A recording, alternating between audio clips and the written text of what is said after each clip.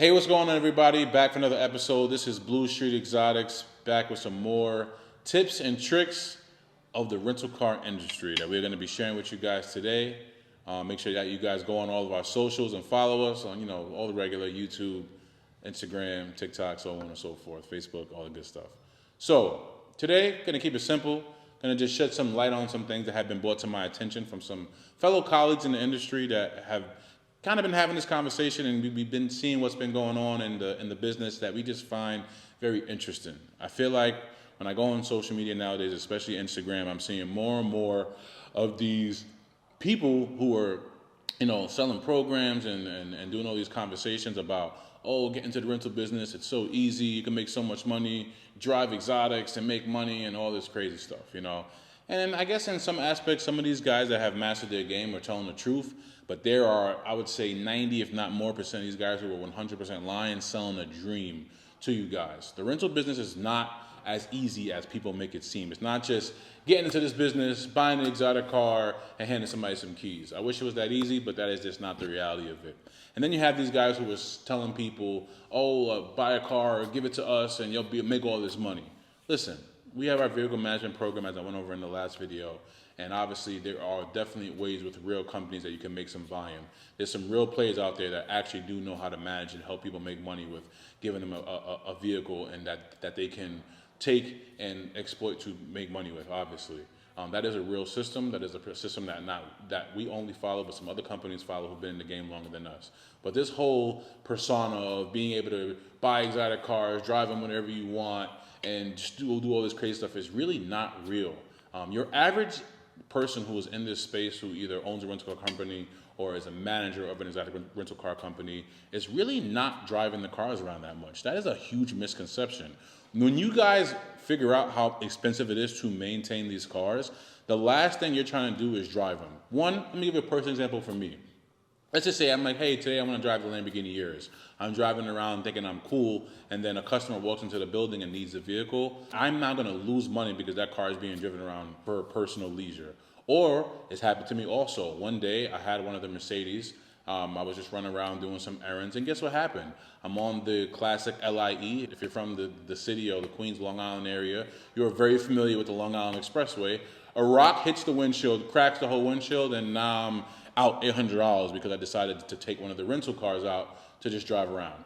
Very, very annoying. It is something that happens. I've had instances where people have taken cars and just run local errands and they get a flat tire.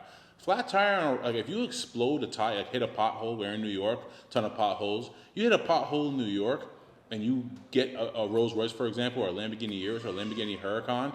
These tires are $300, $400, $500 just for one tire. Very, very annoying, not worth it. We do not promote that at all, that you're going to drive fancy cars and make all this money. Do you have the opportunity to make money? 100%. Do I recommend people driving the cars around, especially in busy season? 100% no. Just want to take this time to shout out our sponsors. It starts now, the Happy Hour of Business and Finance. Those are our brand new sponsors that we want to thank. And you can now not only watch BluStreet content on BluStreet Exotics, but you can also watch our content on their network. It starts now. Make sure you check out our sponsors. So we have our own vehicles. For the most part, we're going to be driving our own cars. We have our own personal vehicles. The rentals are here for one goal, and that is to make money. Now, that doesn't mean if we're doing a photo shoot, if we're doing an event, if we're trying to make a good impression in some environments, that we don't drive the cars.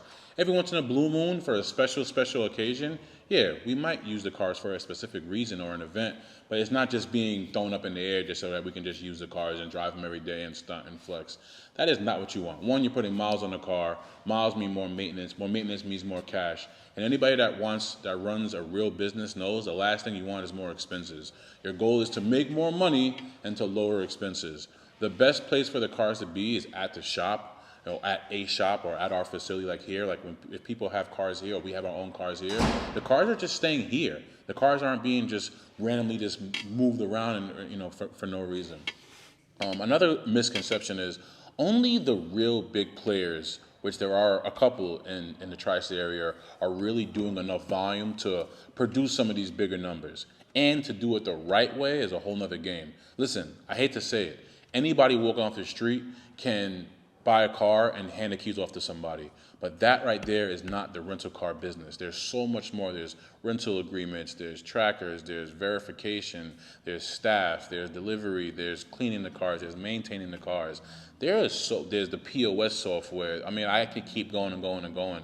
There's so much that goes into it that a real company that's trying to run a business and give a customer an amazing experience versus just some guy who's going to meet you at their house handing you some keys there's very different costs involved in that. So when we see people come into the business and their prices are very, very, very low, I understand that as a new company that you're trying to price very low. But trust me, and you can ask anybody that runs any successful business, if you start pricing low, the hardest thing to do is to raise your pricing. It's one of the hardest things that most companies have to deal with versus you starting high and then having to come down. If you're already starting low, what are customers going to ask for you to go lower? Now, if you start high and you need to come down, then you'll still be in a profitable realm. We watch a lot of people, especially in Miami, this happens all the time in Miami, that it's just dog eat dog and people just undercutting. And then at the end of the day, a car is going out and then that car is just making revenue, but it's not actually being profitable. There is a humongous difference between a business creating revenue versus a business that is profitable. You know, I tell people all the time, Amazon was in business for many, many years and was actually operating in the negative. They weren't profitable. Obviously, fast forward to 2023, they're a billion-dollar company that's unbelievably profitable. But they were operating in a negative zone for a very, very long time. And a lot of people in this business get in, and they think that because a car is going out, that a car is making money and is profitable. There are many people who I know who put cars out for very, very cheap prices, and after a year, a couple months in business, they are no longer around because they're not profitable and they realize that they're losing money. God forbid a car gets hit or a car gets to a serious accident or gets totaled, and those guys are out of here. You know, so please don't fall for the hype. There's a lot of Instagram garbage out there, a lot of YouTube garbage out there of all these guys that have all these successful companies and don't even have a real building, don't even have a real business, don't even have real Google reviews, don't even have real Yelp reviews. It's all just smoke and mirrors and just garbage. I started from a very small perspective, but my goal was to always give a real experience. A lot of these guys are just out here trying to make a quick buck, trying to get famous on YouTube and Instagram, trying to put up some content, and a lot of it is garbage. If you meet these guys in real life and actually ask them to back up what they're saying, they cannot do it. So don't get fooled out there.